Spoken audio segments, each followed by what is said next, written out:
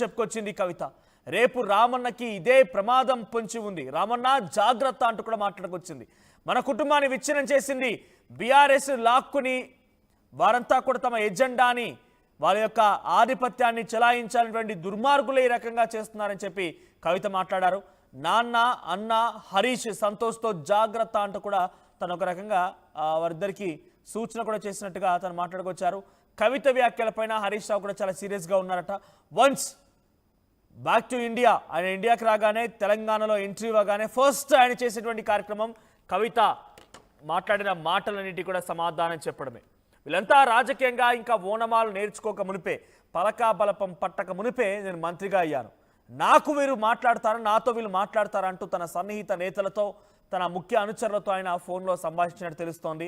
నేనంతా ఓనమాలు, నేను కేసీఆర్తో పాటుగా కేసీఆర్ రాజకీయంగా వచ్చినటువంటి ఆయన వెన్నంటే వేలు పట్టుకొని నడిచాను, నేను మేనమామ వేలు వదులైనటువంటి ఒక అల్లుడిని. సో అటువంటి సిచ్యువేషన్ నుంచి నన్ను ఈ రకంగా ఆరోపణలు చేసి నన్ను అబాస్ పాలు చేయాలని చూస్తారా? ఇంత దుర్మార్గమైన చర్యల నేను తప్పకుండా సమాధానం చెప్తాను, అన్నింటికీ సమాధానం చెప్తానని చెప్పి ఆయన మాట్లాడుకొచ్చారట. సో ప్రస్తుతానికి హరీష్ రావు కవిత మీద చాలా సీరియస్గా ఉన్నారు. అంతర్గతంగా అటు పార్టీలో కూడా పెద్ద ఎత్తున ఒక చర్చ ఏంటంటే, ఫోన్ ట్యాపింగ్ విషయంలో హరీష్ రావుపై ఆరోపణలు వచ్చాయి, కేటీఆర్ పైన కూడా ఫోన్ ట్యాపింగ్ విషయంలో అనేక రకాల ఆరోపణలు వచ్చాయి. ఇప్పటివరకు నేను చెప్పింది కేవలం రాజకీయ కథా చిత్రం మాత్రమే, రేపు కుటుంబ కథా చిత్రాన్ని కూడా బయట పెడతానని చెప్పి చివరిగా కంక్లూజన్లో కవిత చెప్పి మీడియా సమావేశాన్ని ముగిస్తే, మరి రేపటి నుంచి ఎటువంటి విషయాలు చెప్తోంది? ఈ ఫోన్ ట్యాపింగ్ నిజమేనా? హీరోయిన్ల ఫోన్ ట్యాపింగ్ చేసి నిజమేనా? హరీష్ రావు పలువురు రాజకీయ నేతల ఫోన్లు ట్యాపింగ్ చేసి నిజమేనా? ఈ ట్యాపింగ్ల పైన ఇంకా ఎటువంటి అంశాలను కవిత బయట పెడుతుందో కొంత ఆందోళన కలిగిస్తోంది బీఆర్ఎస్ పార్టీలో కూడా. బీఆర్ఎస్ పార్టీ కూడా చాలా ఉత్కంఠగా ఎదురు చూస్తోంది కవిత ఇంకా రాను రోజులు ఏం మాట్లాడబోతున్నారు అనేది. ఒకసారి హరీష్ రావుపై కవిత వ్యాఖ్యల్ని చూద్దాం. ఏం కాంట్రిబ్యూషన్ లేదన్నది, ఓన్లీ హరీష్ అన్నది సంతనదే ఉన్నదా కాంట్రిబ్యూషన్? వీళ్ళు మేకవనే పులులు నాన్న, వీళ్ళు మీ ముంగట నటిస్తారు అంతే, బయట వాళ్ళ నిజస్వరూపం వేరేలాగా ఉంటుంది. యాజ్ అ డాటర్గా రిక్వెస్ట్ చేస్తున్నా, ఒకసారి ఆలోచన చేయండి వాళ్ళ గురించి. నాకేమొద్దు, నన్ను పార్టీలోకి వెళ్ళి సస్పెండ్ చేసి నో ప్రాబ్లం, కానీ వాళ్ళని పార్టీలో ఉంచుకుంటే పార్టీ ఎట్లుంటుంది అన్నది మీరు ఆలోచన చేసుకోండి. ఇక అల్టిమేట్గా నేను చెప్పదలుచుకున్నది ఒకటే,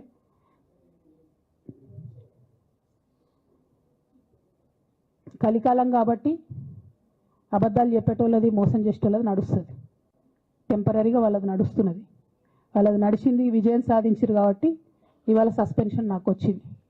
బట్ నేను ఇదివరకు చెప్పినా మళ్ళీ చెప్తున్నా, నేను కర్మ సిద్ధాంతాన్ని నమ్ముతా, ఖచ్చితంగా ఇంతకు ఇంత దేవుడు వాళ్ళకి అనుభవింపజేస్తాడు, అందులో ఏం ఆలోచించాల్సినటువంటి అవసరం. రైట్, బీఆర్ఎస్ పార్టీలో కవిత చెప్తున్నట్టుగానే 2018 ఎన్నికల్లో ఇటు బీఆర్ఎస్ పార్టీ ఫండ్ నుంచి వచ్చేటువంటి ఆ నిధులతో పాటుగా, ఎమ్మెల్యేకి ఇచ్చేటువంటి ఆ నిధులతో పాటుగా, ఎమ్మెల్యేలో పోటీ చేసేటువంటి వారికి ఎంతో కొంత డబ్బులు ఇస్తారు కదా, సో ఆ నిధులతో పాటుగా అదనంగా అడిషనల్ ఫండింగ్ కింద హరీష్ రావు 25 మంది ఎమ్మెల్యేలకు ఇచ్చారట.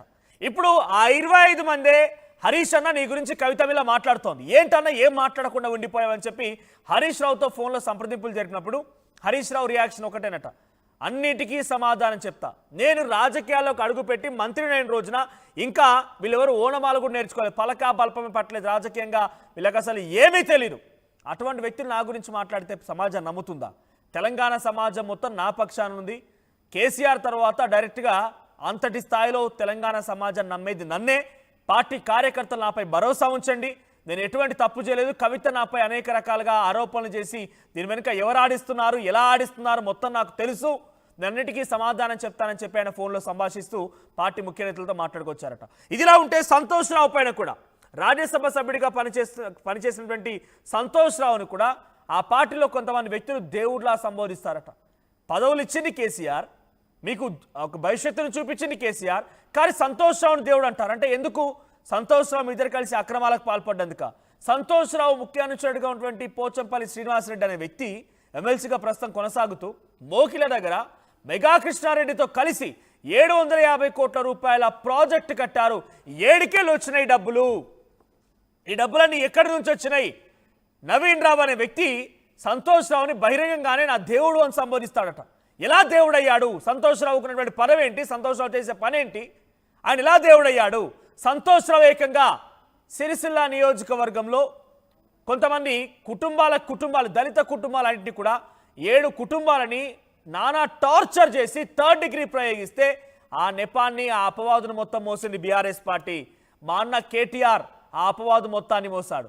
ఈ గుంట నక్కలు మేకవన్న పుళ్ళు మొత్తం కూడా కుట్రలు పన్ని అవినీతి అక్రమాలకి మొత్తం వీళ్ళు పాల్పడి అమాయకుడైనటువంటి మా నాన్న పైన ఈ రకమైనటువంటి దుష్ప్రచారం చేసి ప్రయత్నం చేస్తున్నారు. రేవంత్ రెడ్డితో కలిసి హరీష్ రావు, సంతోష్ రావు మా నాన్నపై కుట్రలు పన్నుతున్నారని చెప్పి కవిత మాట్లాడుకొచ్చారు. ఒకసారి సంతోష్ రావు పైన కవిత ఏం మాట్లాడారో చూద్దాం. ఇక పెద్ద సార్కు నీడలాగా సంతోష్ రావు గారు ఉంటారు. ఇక సంతోష్ రావు గారి గురించి 2 నిమిషాలు చెప్తా. అంత పెద్ద సీనున్న మనిషి కాదు కానీ చెప్పాలి. ఎందుకంటే కూరల ఉప్పు ఎట్లుంటుందో ఈయన అట్లా అన్నట్టు ప్రతి దాంట్లో చెడగొట్టడానికి కొంచెం ఉండాలి కదా, అట్లాంటి వాడు. కాబట్టి చెప్పక తప్పదు ఈయన గురించి. చెప్పులో రాయి చెవులో జోరిగా అంటాం కదా, అట్లాంటి టైపు. కాబట్టి ఖచ్చితంగా చెప్పాలి. విషయం ఏంటంటే ఈయన ధనదాహం ఎట్లాంటిదంటే సంతోష్ రావు గారిది రామన్న కాన్స్టిట్యున్సీ, కేటీఆర్ అన్న కాన్స్టిట్యున్సీ నేరెళ్లలో ఇసుకలారి గుద్ది ఒక దళిత బిడ్డ చనిపోతాడు.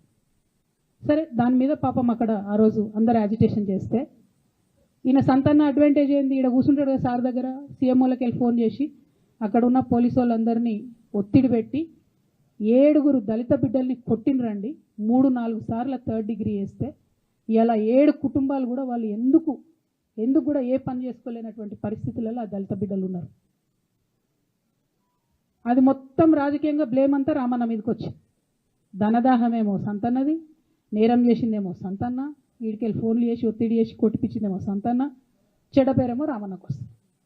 ఈ ఎగ్జాంపుల్ చెప్పడం కోసమే నేను ఈయన గురించి చెప్తున్నా, వేరే ఏం లేదు. ఇక సరే టానిక్కు వీనిక్కు ఈ వీటిలో వచ్చిన కేసులు ఏమవుతాయి? రేవంత్ రెడ్డి గారు ఆర్భాటంగా ఒక అనౌన్స్మెంట్ చేస్తారు. నేను ఇంతకుముందు చెప్పిన కదా, మ్యాచ్ ఫిక్సింగ్ ఎట్లుంటుందంటే 1 డే న్యూస్ అవుతుంది. టానిక్లో ఈయన మీద కేసు పెట్టిరని 3వ రోజు పోలీసు వాళ్ళు ఎఫ్ఐఆర్ కొట్టేసారు. మీరు ఇంకా కనుక్కోండి. కాజ్ చేసేసారు, కేసు మూసేసారు. ఏం అండర్స్టాండింగ్ ఉంది, ఎందుకు మూసేసారు? At the same time Harithaharam, తెలంగాణకు హరితహారం అని పెద్దలు కేసీఆర్ గారు పెద్ద కళతోని 230 కోట్లు అక్కడ గోబీ డెజర్ట్ల వాళ్ళు చెట్లు పెట్టి చైనాను కాపాడుకున్నారు. మనం అదే స్థాయిలో తెలంగాణను బాగు చేసుకోవాలని పెద్దసారి హరితహారం అని పెడితే ఈయన దానికి నకిలీ ప్రోగ్రామ్ గ్రీన్ ఇండియా ఛాలెంజ్ అని పెడతాడు. తెల్లారులేస్తే సినిమా వాళ్ళని తీసుకురావాలి, రోజు ఒక ఫోటో వేసుకోవాలి. దాని వెనుక ఉన్న కుట్ర ఏంటంటే జీవో అమెండ్మెంట్ అవుతుంది సంతోష్ గారి గురించి. ఆ ఫారెస్ట్లను 10% ఇన్కమ్ ఎవరన్నా ఇస్తే అమ్యూజ్మెంట్ పార్క్లకు ఇస్తారన్నట్టు. దానికోసం జీవో అమెండ్ అవుతుంది. దానికి ప్రభాస్ గారిని, చిరంజీవి గారిని, అనేక మంది సినిమా స్టార్లను మోసం చేసి వాళ్ళని తీసుకుపోయి వాళ్ళతో ఫోటోలకు పోజులు ఇప్పించి ఫారెస్ట్లను కొట్టేయాలని ప్లాన్ అయినది. అంటే ఒక పక్క సంతోష్ రావు గ్యాంగు, ఇంకో పక్క హరీష్ రావు గ్యాంగు 100కు 100% రేవంత్ రెడ్డి గారితో, ఇక్కడ ఉన్న కాంగ్రెస్ ప్రభుత్వంతో, అవసరమైన సందర్భంలో పైన బీజేపీతోని వాళ్ళు కోఆర్డినేషన్లో ఉండి బీఆర్ఎస్ పార్టీకి జలగల్లాగా పట్టి పీడుస్తున్నారు. నిరంతరం బీఆర్ఎస్ పార్టీకి నష్టం చేస్తారు. ఒకవైపు అప్పటి ముఖ్యమంత్రి కేసీఆర్ గారేమో హరితహారం పేరిట కార్యక్రమాన్ని చేస్తే ఈయన గ్రీన్ ఇండియా ఛాలెంజ్ చేశారు. రోజో సినిమా వాళ్ళని బట్టుకు రావాలి, హీరోయిన్ బట్టుకు రావాలి, చెట్టు పెట్టాలి, ఫోటో తీసుకోవాలి, పబ్లిసిటీ చేయాలి. ధనదాహంతో వీరిద్దరు కూడా ధనదాహంతో రెచ్చిపోయారని చెప్పి కవిత సంబోధించారు. సంతోష్ రావు తెలిసి బయటకు వచ్చి పెద్దగా మాట్లాడకపోవచ్చు, వీటికి ఎక్కడ కూడా రెస్పాండ్ అవ్వకపోవచ్చు, కానీ డెఫినెట్గా హరీష్ రావు అయితే అంతకంతకు సమాధానం చెప్తారని మాత్రం చాలా స్పష్టంగా ఆ పార్టీ నాయకుల నుంచి వస్తున్నటువంటి సమాచారం. సో ముఖ్య నాయకులు, ముఖ్య అనుచరులు, పార్టీలో తను నమ్ముకున్న ఎమ్మెల్యేలంతా కూడా ఇప్పుడు కవిత పైన ఆగ్రహంతో రగిలిపోతూ ఉన్నారు. ధనదాహం, గుంట నక్కలు ఇటువంటి వ్యాఖ్యలను ఉపయోగించింది హరీష్ రావు సంతోష్ రావుల పైన.